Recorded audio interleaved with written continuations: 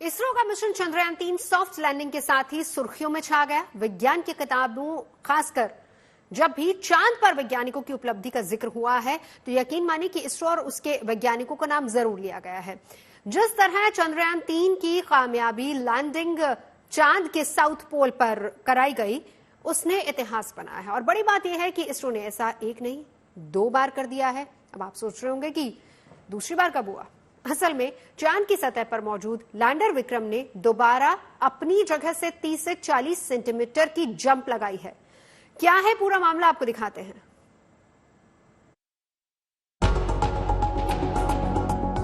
चवालीस सेकंड के इस वीडियो में हिंदुस्तान और इसरो ने फिर इतिहास रचा है। सबसे पहले आपको इस तस्वीर के बारे में समझा देते हैं। दरअसल इस वीडियो में जो धुएं के गुब्बार जैसा नजर आ रहा है, असल में ये चांद की सतह से उठी धूल है जो लैंडर विक्रम के छलांग लगाने की वजह से उड़ी है।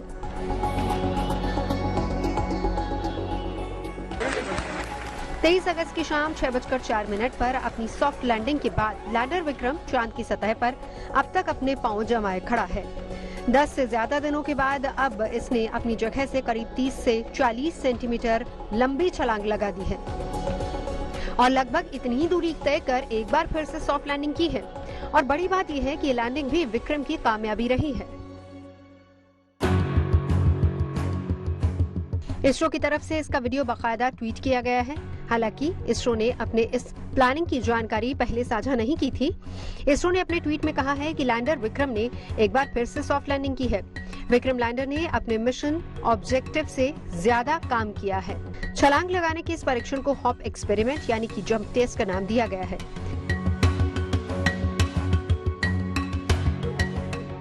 इसरो के लिहाज से विक्रम लैंडर की दोबारा सॉफ्ट लैंडिंग बेहद अहम है, खासकर उस सूरत में जब मिशन मून से सैंपल वापस लाने की जरूरत है या फिर ह्यूमन मिशन को सफल बनाना हो। वैसे तो लैंडर विक्रम के सभी हिस्से और यंत्र सही काम कर रहे हैं, लेकिन इसके इंजन को बंद किया गया था। इसरो के मुताबिक इसे सॉफ्ट लैंडिंग से ठीक पहले चालू किया गया। इतना ही नहीं, दोबारा सॉफ्ट लैंडिंग से ठीक पहले रैंप, चेस्टे, एल्सा और पेलोड्स को बंद कर दिया गया। लैंडिंग के बाद जिन्हें दोबारा चालू कर दिया गया। फिलहाल इसरो के पास अब 4-5 दिन है, क्योंकि अब चांद पर रात होने वाली है, जिसके बाद अगले 14 दिन तक लैंडर विक्रम और रोवर कुछ नहीं कर पाएंगे। इसरो को भरोसा है कि अगर सब कुछ ठीक रहा तो 14 दिन बाद एक बार फिर से लैंडर और विक्रम एक्टिव हो सकेंगे और इससे आगे के शोध में मदद मिलेगी। ये खुशखबरी वाकई बड़ी है। अभी बमुश्किल 2 दिन पहले भारत ने सूर्य को लेकर अपना मिशन लॉन्च किया है। आदित्य L1 भी अपनी मंजिल की तरफ बढ़ चुका है। ऐसे में भारत के ये दोनों मिशन अंतरिक्ष की दुनिया में न केवल उसकी नई ताकत की इबारत लिख रहे हैं, बल्कि हिंदुस्तान के वैज्ञानिक क्षमताओं का नया इतिहास भी रच रहे हैं। Bureau report, good news today. 23 अगस्त 2023 की तारीख न केवल हिंदुस्तान बल्कि दुनिया के इतिहास में दर्ज हो चुकी है, क्योंकि ये वो दिन है जब चांद के दक्षिणी ध्रुव पर लैंड करने वाला पहला देश भारत बना। तब से अब तक चांद पर मौजूद लैंडर विक्रम और उसके साथ वहां घूम रहा रोवर प्रज्ञान चांद से जुड़ी कई तस्वीरें हम तक पहुंचा चुका है, जिसके जरिए इसरो चांद को लेकर अध्ययन कर रहा है। दरअसल 23 अगस्त को जब लैंडर विक्रम को लैंड कराया गया था, तब वहां दिन निकलने वाला था और इसरो की प्लानिंग यही थी कि चांद पर सूर्य की रोशनी का फायदा उठाया जा सके। फिलहाल चांद पर दिन का समय है, यानी सूर्य की रोशनी पड़ रही है और माना जा रहा है कि अगले 1-2 दिन में यहां रात होनी शुरू हो जाएगी। अब सवाल ये उठ रहा है कि रात होने के बाद लैंडर विक्रम और रोवर प्रज्ञान का क्या होगा? क्या ये पहले की तरह काम करते रहेंगे? इन सभी सवालों का जवाब भी हम आपको देते हैं। लैंडर और रोवर में सोलर पैनल से लगे हुए हैं, जिन्हें चार्जिंग के लिए सूरज की रोशनी की जरूरत है। ये बैटरी लैंडर विक्रम और रोवर प्रज्ञान को एक्टिव मोड में रखती है। अंधेरा होने की सूरत में इन दोनों से कुछ दिन काम लिया जा सकता है। हालांकि इसरो रात होने की सूरत में दोनों को फुल चार्ज कर सिस्टम बंद करने के ही पक्ष में है। 15 दिन बाद सूरज निकलने की सूरत में लैंडर और रोवर दोनों को फिर से एक्टिव किया जा सकेगा।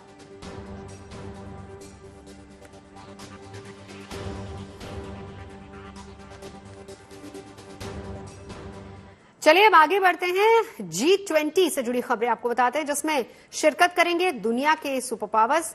8 सितंबर को दिल्ली में जमावड़ा होगा। दुनिया के महारथियों का वैश्विक महाशक्ति के तौर पर अपनी पहचान दर्ज कराने का ये हिंदुस्तान के लिए बहुत बड़ा मौका है और यही वजह है कि अपनी सांस्कृतिक विरासत के साथ भारत न केवल अपने सुनहरे इतिहास को बल्कि वर्तमान में खींची जा रही विकास की योजनाओं के साथ भविष्य की संभावनाओं का सबूत भी देगा। और इसके लिए उसने एक सीधी लकीर खींचने का फैसला किया है, जिसमें समूचे विश्व को एक परिवार मानते हुए कंधे से कंधा मिलाकर चलने का आग्रह है।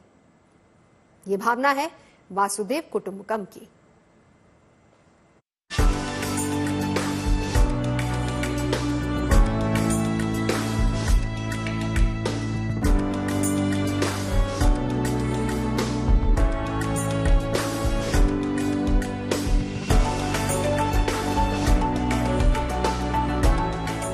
वासुदेव कुटुंबकम हिंदुस्तान की सांस्कृतिक शक्ति का वो मंत्र है जिसमें उसके लिए दुनिया को देखने की एक भावना है, एक परिवार की, अपनेपन की। और यही वजह है कि वो G20 की अध्यक्षता करते हुए दिल्ली में होने वाले समिट को लेकर इसी मंत्र के साथ आगे बढ़ रहा है। इन्हीं तैयारियों की कड़ी में सुरक्षा, सुंदरता और स्वाद का भव्य स्वरूप भारत उन तमाम राष्ट्राध्यक्षों के सामने रखने वाला है जो G20 समिट में शिरकत करने वाले हैं। हिंदुस्तान इसके लिए मुकम्मल तैयारियां कर चुका है। 8 से 10 सितंबर तक दिल्ली को अबेद किले में तब्दील कर दिया जाएगा। दिल्ली के प्रगति मैदान में बने महामंडपम में होने वाले इस आयोजन को लेकर सुरक्षा के पुख्ता इंतजाम किए गए हैं। यहाँ तक कि रूट पर लगातार रिहर्सल भी की जा रही है।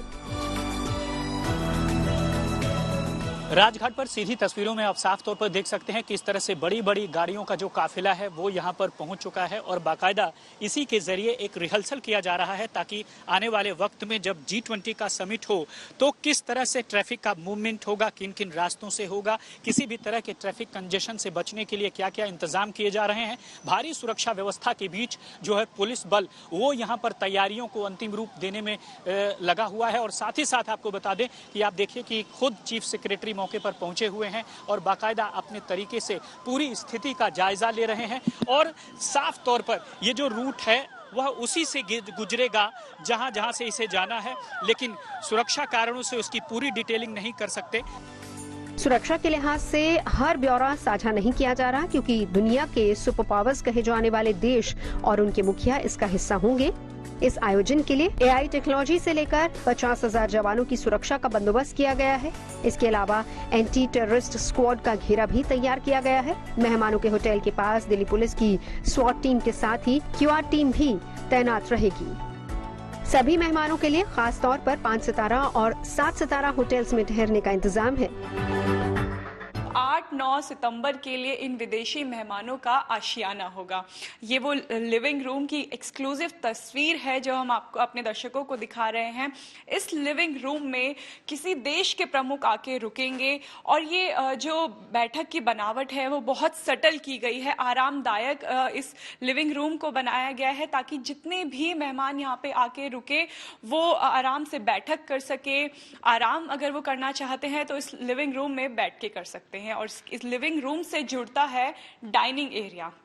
ये वो डाइनिंग एरिया है जहाँ पे डेलीगेट्स जो भारत आ रहे हैं वो आराम से लंच कर सकते हैं, डिनर कर सकते हैं। और कोई अगर उनको मीटिंग करनी है तो इस लिविंग जो रूम को और डाइनिंग एरिया को जो जोड़ता है शीशा, उसे बंद करके आराम से इसे एक सेपरेट बोर्ड रूम भी बनाया जा सकता है। जिस खास मेहमान के लिए ये पूरा स्वीट बुक किया गया है उनकी प्राइवेसी का भी खास ध्यान रखा गया है।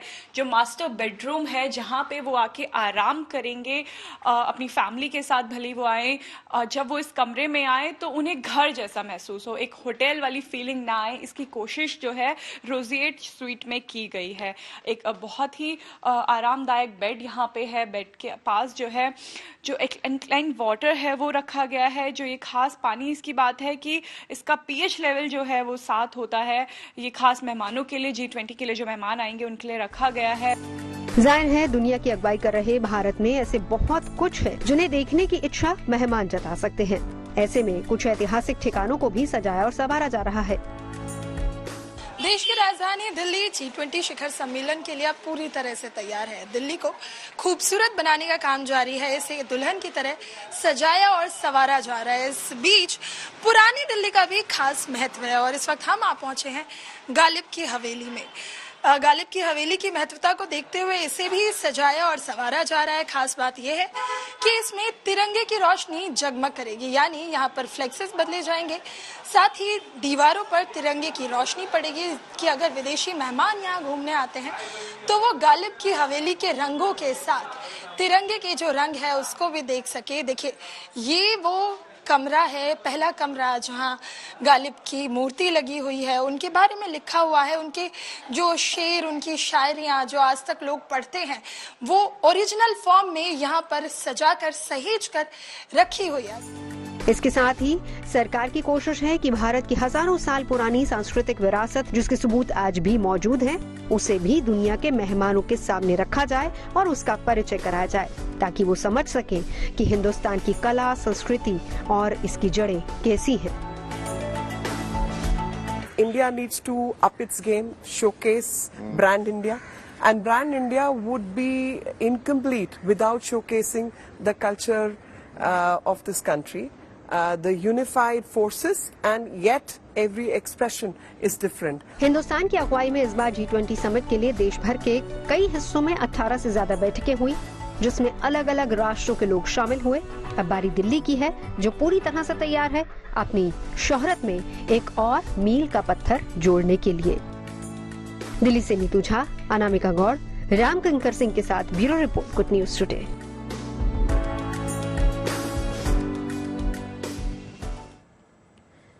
G20 के मेहमानों के लिए स्वाद का भी खास इंतजाम है और इस समिट की खास बात ये होगी कि इस बार मेहमानों को यहाँ पूरी तरह से शाकाहारी यानी कि वेजिटेरियन फूड परोसे जाएं।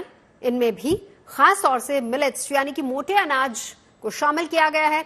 तो कैसा रहने वाला है खाना, इसकी एक झलक हम आपको दिखाते हैं। मिलेट्स को सुपर फूड कहा जाता है। G20 के लिए सभी मेहमानों को इस बार मोटे अनाज से बना हुआ खाना परोसा जाएगा। हमारे साथ रोजेट हाउस के एग्जीक्यूटिव शेफ हैं गगनदीप। गगनदीप, आपने रोजेट ने मेहमानों के स्वागत के लिए क्या खास तैयारी की है, क्या विशेष खिलाएंगे आप अपने मेहमानों को? Thank you. जैसे कि आप देख पा रहे हैं, हमने एक G20 डेलीगेशन के लिए स्पेशली हमने एक मिलेट बेस्ड थाली तैयार करी है, जो कि 100% मिलेट बेस्ड है। इस थाली की जो यूएसपी है, इसमें कोई भी चावल, गेहूं या दाल का यूज़ बिना करते हुए भी हमने एक थाली कंप्लीट मील बनाई है, जो कि 100% मिलेट बेस्ड थाली है। तो इसके मैं एक बार बताना चाहूँगा इसमें थाली में क्या क्या है। मैं स्टार्ट करूँगा ड्रिंक से, जो कि एक वेलकम ड्रिंक के तौर पे है। ये बाजरे का राब है, जो कि बहुत ही ट्रेडिशनल राजस्थानी एक सूप की तरह भी सर्व किया जाता है। उसके बाद आप एक कबाब देख रहे हैं, ये हमारा कोडो मिलेट और सब्ज की मुठिया है, जो एक कबाब के तौर पे प्रेजेंट कर रहे हैं हम। कचुम्बर सैलेड है कॉम्प्लीमेंट करने के लिए थाली को। उसके बाद हमारा एक बहुत ही खिली हुई गुंचाव और ज्वार की सब्जी है। सो गुंचाव उर्दू में फ्लोरेट्स को बोलते हैं, तो इसलिए वो खिला हुआ फूल का हम फील दे रहे हैं यहाँ पे। नेक्स्ट जो उसके बाद डिश है वो एक कॉम्बिनेशन ऑफ दो डिश का है, बाटी और दाल का। बट ये दाल जो है, दाल पंचमेला नहीं दाल है, ये 5 अनाज की दाल है, 5 मिलेट्स की दाल है। तो और बाटी जो बनी हुई है वो कंगनी मिलेट की बनी हुई है। तो अगेन बहुत ही ट्रेडिशनल कॉम्बिनेशन है, बट वेरी हेल्दी वे में हम परोस रहे हैं इसको। और उसके साथ हमारी एक ज्वार की रोटी है, लहसुन और मिर्च की चटनी भी हम साथ में सर्व कर रहे हैं। जी गगनदीप, मैं रोक रही हूँ आपको। मैं थाली में एक बहुत खूबसूरत सी चीज देख रही हूँ, इसके क्या है ये खास चीज, अगर आप बताएं। ये एक तरीके का पुलाव है, बट इस पुलाव में कोई चावल नहीं है। तो इस बिना चावल का पुलाव। बिल्कुल, इस पुलाव में जो है ये खिले हुए हमारे मिलेट्स ही हैं। तो इसमें 4 तरीके के मिलेट्स हैं। इसमें बाजरा है, रागी है, ज्वार है और कोडो मिलेट है। तो ये इस पुलाव का ही संगम है, खिला हुआ एकदम दम लगा के पुलाव को बनाया गया है। साथ में थोड़ा मटर है और कॉर्न है, जो कि एकदम आपको मोतियों का संगम की तरह एक लुक दे रहा है। बहुत ही खूबसूरत डिश है ये भी। तो आपने इसका नाम भी मोतियों का संगम इसीलिए रखा है? बिल्कुल, हमारे जो मिलेट्स हैं वो भी बहुत खूबसूरत मोतियों की तरह ही हैं, तो बिल्कुल वो वैसे ही दिख रहा है। और अब आज जन्माष्टमी के मौके पर बांके बिहारी मंदिर में दर्शन को लेकर बने नए नियमों की कर लेते हैं। भगवान कृष्ण के जन्म के प्रतीक के तौर पर मनाए जाने वाली जन्माष्टमी का त्योहार इस साल 6 सितंबर और 7 सितंबर को है। गृहस्थ जीवन वाले लोग 6 सितंबर को अपने आराध्य के जन्म दिवस का उत्सव मना सकते हैं और जन्माष्टमी को गोकुलाष्टमी या फिर कृष्णाष्टमी भी कहा जाता है। कृष्ण पक्ष की अष्टमी के दिन ही इस त्योहार को मनाया जाता है। जन्माष्टमी के त्योहार की देश ही नहीं बल्कि पूरी दुनिया में धूम है। कृष्ण जन्मोत्सव के दिन भक्त व्रत करते हैं।